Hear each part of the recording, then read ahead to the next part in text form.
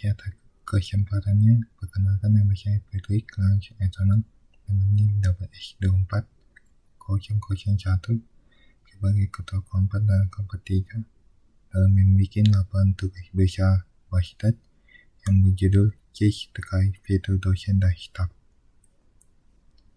Di sini ada nama-nama anggota kelompok kami. Yang pertama itu saya, yaitu Patrick Lance Antonon dengan NIM WS240001. Yang kedua, Pedro Simanguncong dengan NIM WS24011. Ketiga, Judy Alphonse Chan dengan NIM WS24039. Yang terakhir, Doi dengan Paulian Simanjuntak dengan NIM WS24033. Di sini saya akan menjelaskan deskripsi topik proyek kami, yaitu dari case dosen dan case PHK.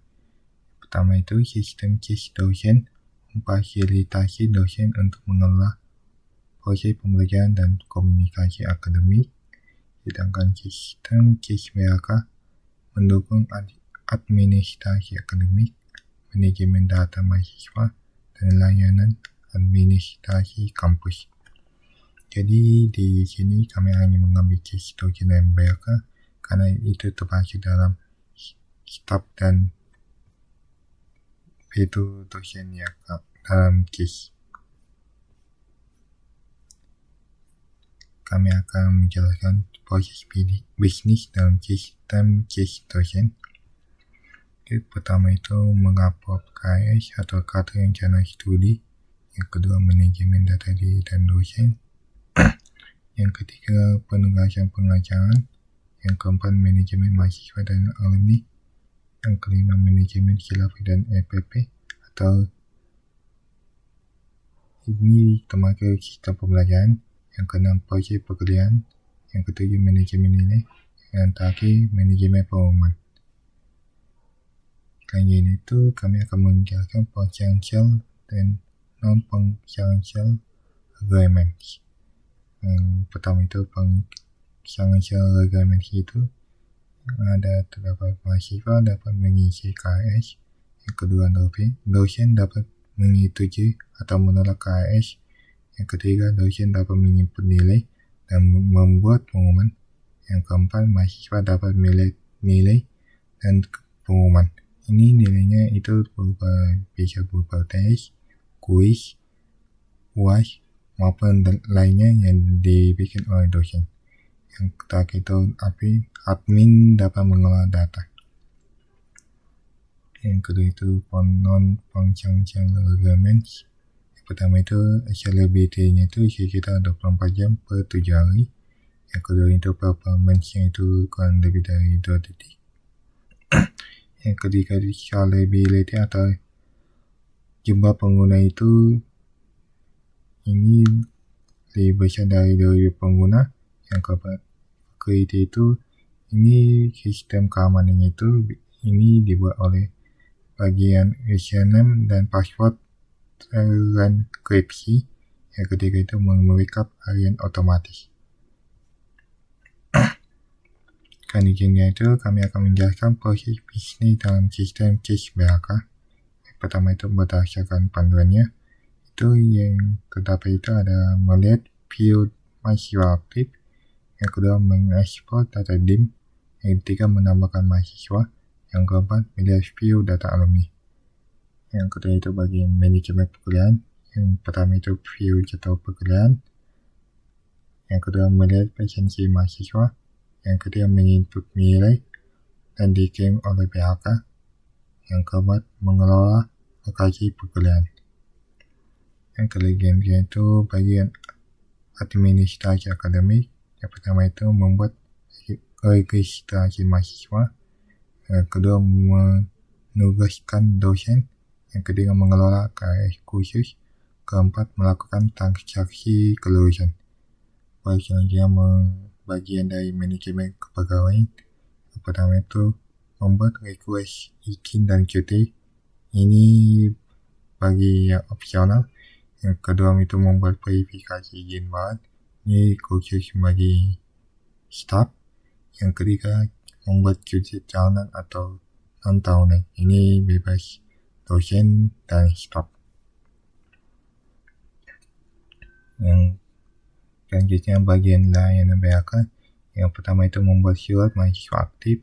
Yang kedua melakukan penggantian KTM. Yang ketiga mengelola klub surat.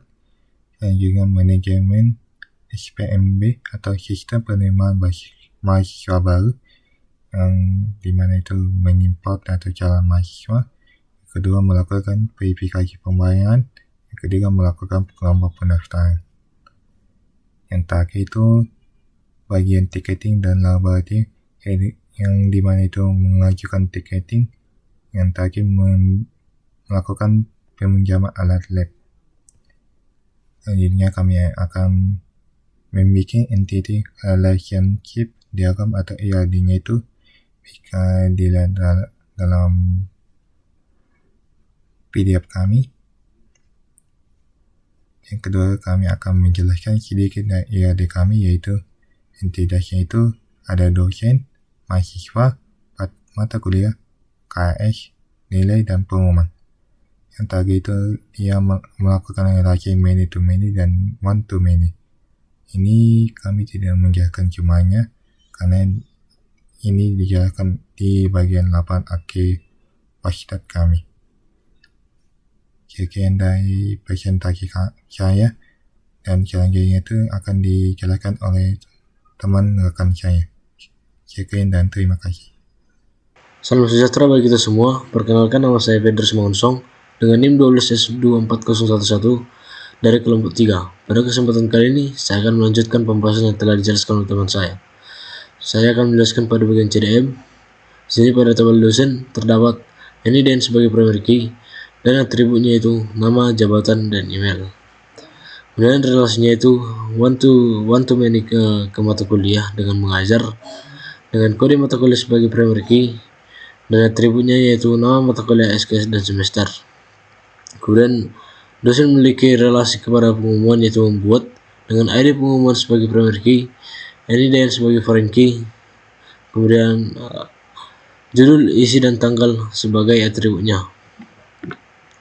Dan lanjut ke mata kuliah dengan relasi many to one dari dosen mengajar, one to many ke KRS tercatat dalam, kemudian one to many ke nilai sebagai relasi memiliki.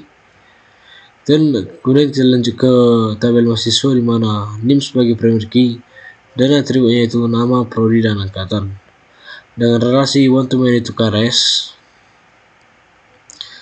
kemudian one to many ke nilai sebagai menerima.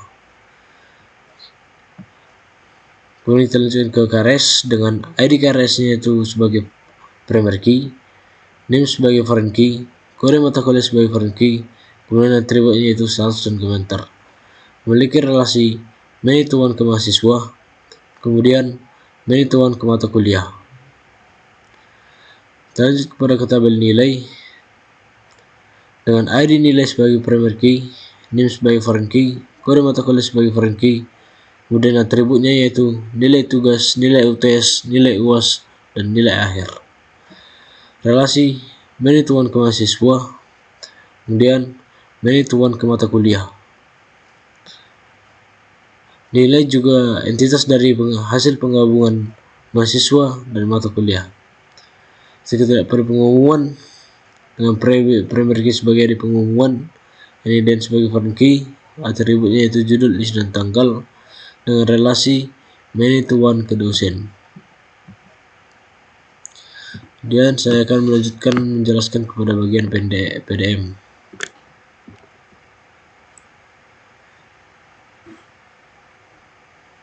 Pada dosen kita bisa melihat bahwa NIDN itu sebagai primary key dan atributnya itu adalah nama, jabatan, email, dan telepon.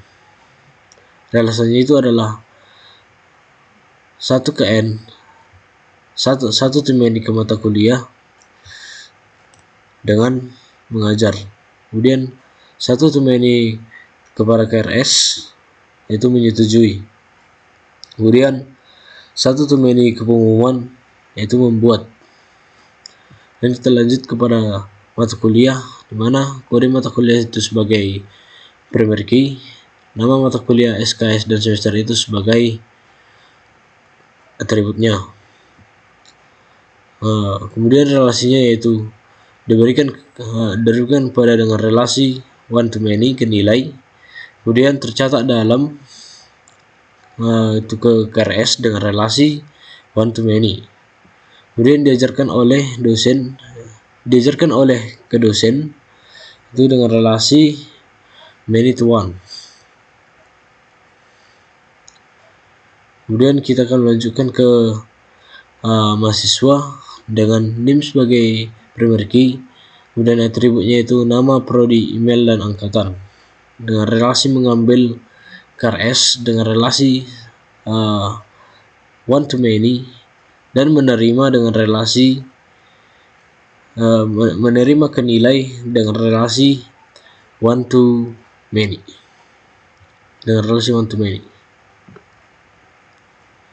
Kemudian kita lanjut ke KRS dengan ID KRS sebagai primary key, name sebagai foreign key, kode mata kuliah sebagai foreign key, status di situ yaitu tidak dan komentar itu sebagai atributnya.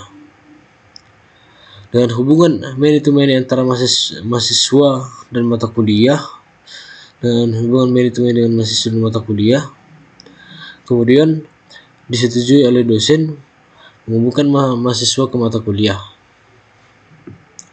Dan kita lanjut pada tabel nilai, mana ID nilai itu sebagai primary key, name sebagai foreign key, kode mata kuliah sebagai foreign key, kemudian atributnya itu adalah nilai akhir dan bobot.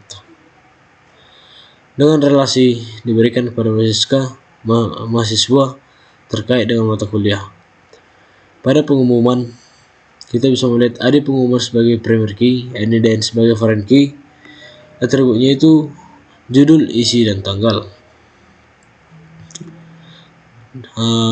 Relasinya itu dibuat oleh dosen.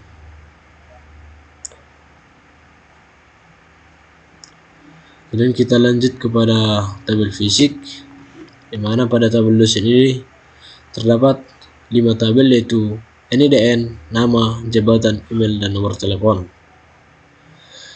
Pada tabel yang kedua yaitu tabel mahasiswa terdapat 5 tabel yaitu NIM, nama, prodi, semester, email, dan nomor telepon. Pada tabel mata kuliah terdapat 5 tabel yaitu kode mata kuliah, nama mata kuliah, SKS, semester, dan NIDN dosen pengampu. Pada tabel KRS terdapat 5 tabel yaitu ID KRS, NIM, semester, tahun ajaran, status persetujuan. Kemudian pada tabel KRS detail dengan relasi many to many antara KRS dan mata kuliah terdapat 2 tabel yaitu ID KRS dan kode mata kuliah. Pada tabel nilai terdapat 7 tabel dengan ID nilai, ID KRS, kode mata kuliah, nilai tugas, nilai UTS, nilai UAS, dan nilai akhir. Pada tabel pengumuman terdapat 5 tabel yaitu ID pengumuman, NIDN, judul, isi, dan tanggal. Kemudian kita akan melanjutkan ke normalisasi. Ini adalah hasil sebelum denormalisasi sebelum 1NF. Dan terdapat NIM, nama, prodi, dan nomor telepon. Jadi setelah kita buat 1NF, tabel nomor telepon itu kita pisah menjadi tabel yang baru. Kemudian kita membuat 2 tabel yang berbeda yaitu tabel mahasiswa dengan atribut NIM, nama, prodi, dan tabel yang kedua itu adalah tabel telepon dengan atribut NIM dan nomor telepon dengan NIM itu sebagai foreign key. Kemudian di sini saya menjelaskan tentang keuntungan setelah 1NF. Jadi struktur data itu menjadi lebih rapi dan terstruktur untuk menghindari duplikasi dan anomali saat pencarian atau update data. Lebih memudahkan pengolahan data relasional seperti membuat relasi one to many antara mahasiswa dan telepon. Kita lanjut kepada normalisasi kedua yaitu 2NF. Jadi inilah tabel sebelum normalisasi 2NF. Kita bisa melihat terdapat ID KRS, NIM, kode mata kuliah, nama mata kuliah, SKS, semester, status, dan komentar. Setelah kita normalisasi, kita membuat menjadi 2 tabel yang berbeda. Yang pertama yaitu tabel KRS detail dengan atributnya yaitu ID KRS dan kode mata kuliah. Kemudian pada tabel yang kedua yaitu tabel mata kuliah dengan atribut kode mata kuliah, kemudian nama mata kuliah, SKS semester dan NIDN. Jadi keuntungan setelah 2NF itu untuk menghindari duplikasi data nama mata kuliah di setiap baris KRS detail. Dan untuk memudahkan perubahan nama mata kuliah tanpa menyentuh data KRS. Lebih menghemat ruang penyimpanan dan memperkuat integritas data dan melalui foreign key. Kemudian kita melanjutkan kepada normalisasi bagian ketiga yaitu 3F. Jadi ini adalah tabel sebelum dilakukan normalisasi 3F terdapat NIDN, nama fakultas dan alamat fakultas. Setelah kita membuat 3F, kita membuat dua tabel yang baru, yaitu tabel fakultas dan tabel dosen. Pada tabel fakultas terdapat dua atributnya yaitu nama fakultas dan alamat. Kemudian pada tabel dosen itu terdapat atributnya yaitu primary key yaitu NIDN dengan atributnya yaitu nama, jabatan, email, nomor telepon, dan nama fakultas. Jadi pada sentikannya itu kita pisahkan menjadi dua tabel, yaitu tabel fakultas dan tabel dosen. Jadi di sini kita bisa melihat ringkasan keuntungan setelah normalisasi itu. Pada satu NFI itu masalah yang kita ada yang di atas itu adalah kelompok data berangkat satu kolom. Jadi keuntungannya itu atomic data, memudahkan pengelolaan relasi. Pada tahap normalisasi yang kedua itu masalahnya itu yaitu partial dependency pada composite key. Jadi keuntungannya itu adalah konsistensi data perubahan satu sumber saja. Pada normalisasi yang ketiga 3NF, masalah yang di atasnya itu adalah transdependensi dan antar atribut key. Jadi keuntungannya itu ringdasi berkurang, jadi update-nya juga lebih aman. Dan kita bisa melihat ringkasan tabel hasil sebuah normalisasi setelah 3NF sebagai berikut dengan 4 tabel yaitu nama tabel, primary key, foreign key, dan keterangan. Oke, sekian dari saya, kemudian akan dilanjutkan oleh teman saya. Oke, perkenalkan nama saya Doi Denggan Parulian Sibajuntak dengan NIM 12S24033. Di sini saya akan menjelaskan pada kesempatan kali ini saya akan menjelaskan tentang beberapa poin penting yang kami kerjakan dalam proyek basis data untuk sistem CIS dosen dan CIS BAK. Penjelasan ini mencakup proses pembuatan database menggunakan SQL hingga implementasi function dan storage prosedur yang memperkuat kinerja sistem. Langsung saja, yang pertama di sini saya akan menjelaskan proses pembuatan database. Nah, langkah awal yang kami lakukan adalah membangun struktur database menggunakan tools seperti PostgreSQL hingga PHP MyAdmin. Nah, proses ini dimulai dengan pembuatan database menggunakan perintah create database ini. Setelah itu kami membuat tabel-tabel utama seperti dosen, mahasiswa, mata kuliah, KRS, baru KRS mata kuliah, KRS baru nilai, dan pengumuman menggunakan create table. Setelah struktur tabel selesai, kami memasukkan data awal dengan perintah insert into. Data ini penting untuk proses pengujian relasi antar tabel, termasuk foreign key, serta untuk menjalankan query-query yang akan digunakan sistem nantinya. Terakhir, kami menguji integritas data. Karena integritas data ini yaitu untuk memastikan bahwa tidak ada relasi yang salah dan semua constraint berjalan sebagaimana mestinya. Kemudian saya akan melanjutkan pembahasan yang kedua yaitu basis SQL syntax. Selanjutnya kami menggunakan SQL dasar dalam proses integritas proses interaksi dengan database.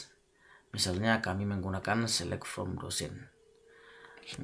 Yaitu select from dosen ini yaitu untuk menampilkan seluruh data dosen, yaitu yang seperti tertera pada Word kami ini. Di sini kami menggunakan select from dosen. Mana tadi?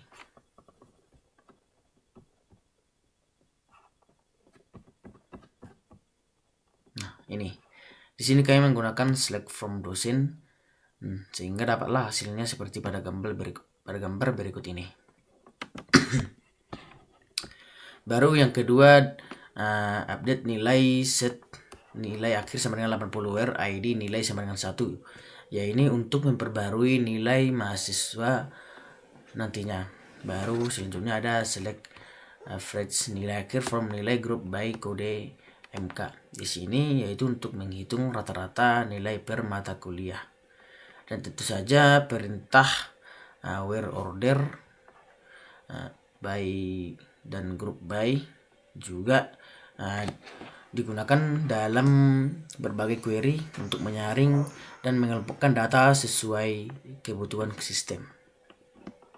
Pengguna sintaks ini sangat penting agar sistem dapat menampilkan data yang akurat dan relevan sesuai permintaan pengguna.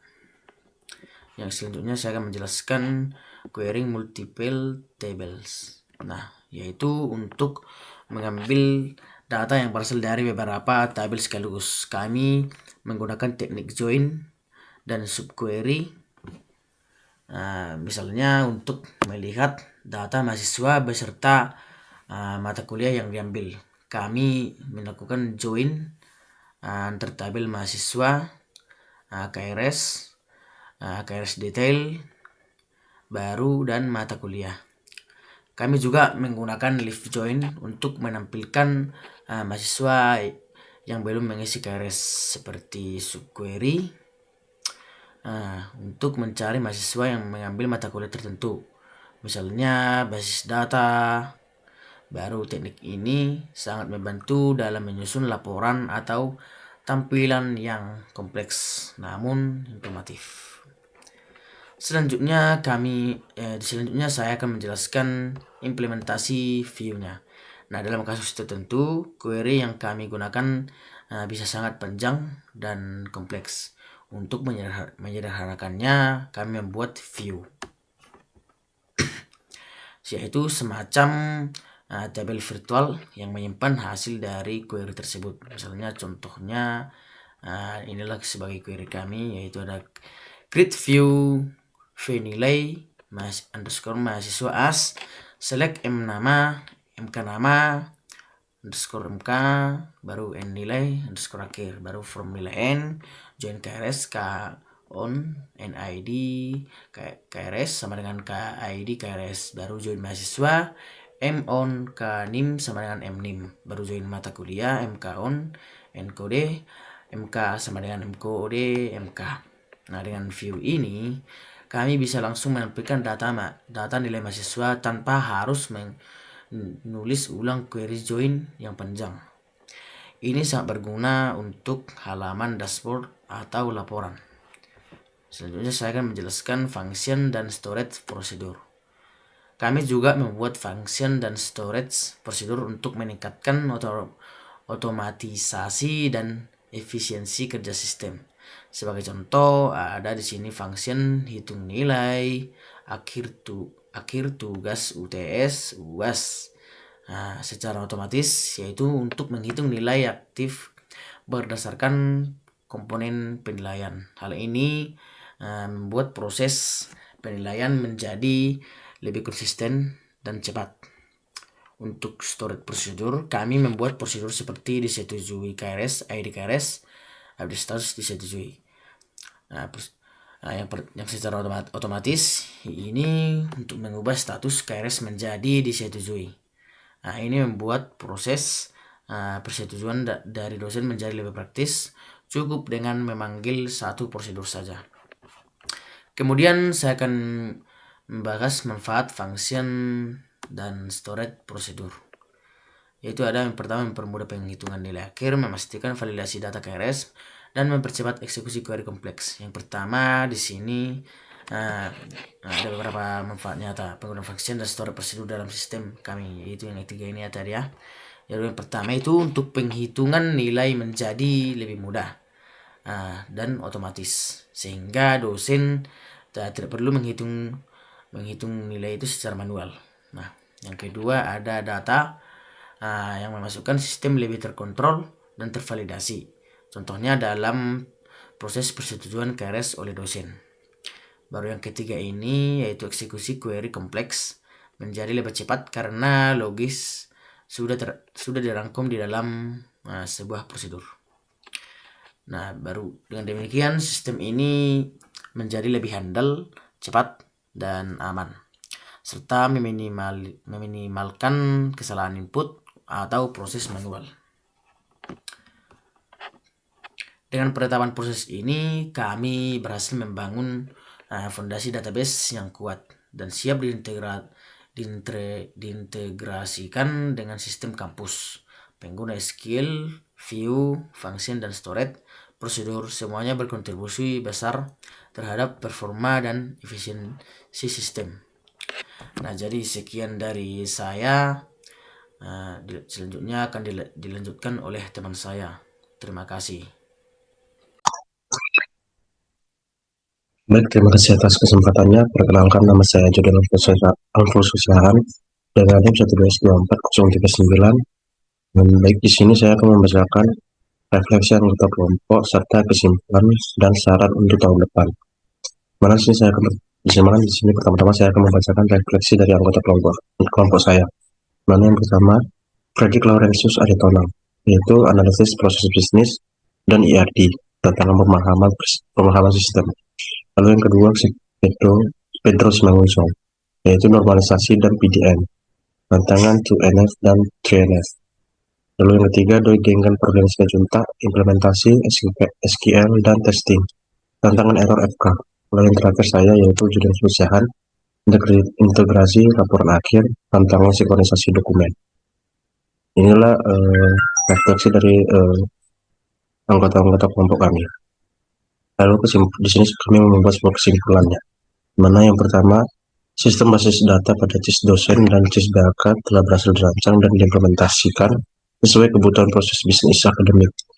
Lalu yang kedua, IRD CDM dan PDM disusun untuk mempresentasikan hubungan antar entitas penting seperti mahasiswa, dosen, mata kuliah, KRS, nilai, dan pengumuman. Yang ketiga, normalisasi hingga 3NF memastikan integritas dan efisiensi penyimpanan data. Lalu yang keempat, implementasi SQL query, view, function, dan storage prosedur memperkuat fungsionalitas basis data dan mempermudah integrasi dengan sistem lain. Lalu yang terakhir, dengan adanya CIS dosen dan BAK, diharapkan dapat meningkatkan efisiensi administrasi akademik serta layanan bagi seluruh sivitas kampus. Nah, inilah beberapa kesimpulan yang telah kami buat. Lalu yang terakhir, kami membuat sebuah saran untuk tahun depan. Mana saran yang pertama yaitu integrasi CIS dengan e-learning atau model Google Classroom. Saran yang kedua yaitu validasi otomatis SKS dan prasyarat KRS. Saran yang ketiga yaitu visualisasi analitik data akademi seperti IPK, performa mata kuliah. Dan yang terakhir yaitu tambah fitur audit, trail, dan log aktivitas. Nah, inilah refleksi anggota kelompok serta kesimpulan dan saran untuk tahun depan yang telah kami buat. Baik, sekianlah hasil presentasi yang telah kami buat. Kami dari kelompok 3 mengucapkan terima kasih.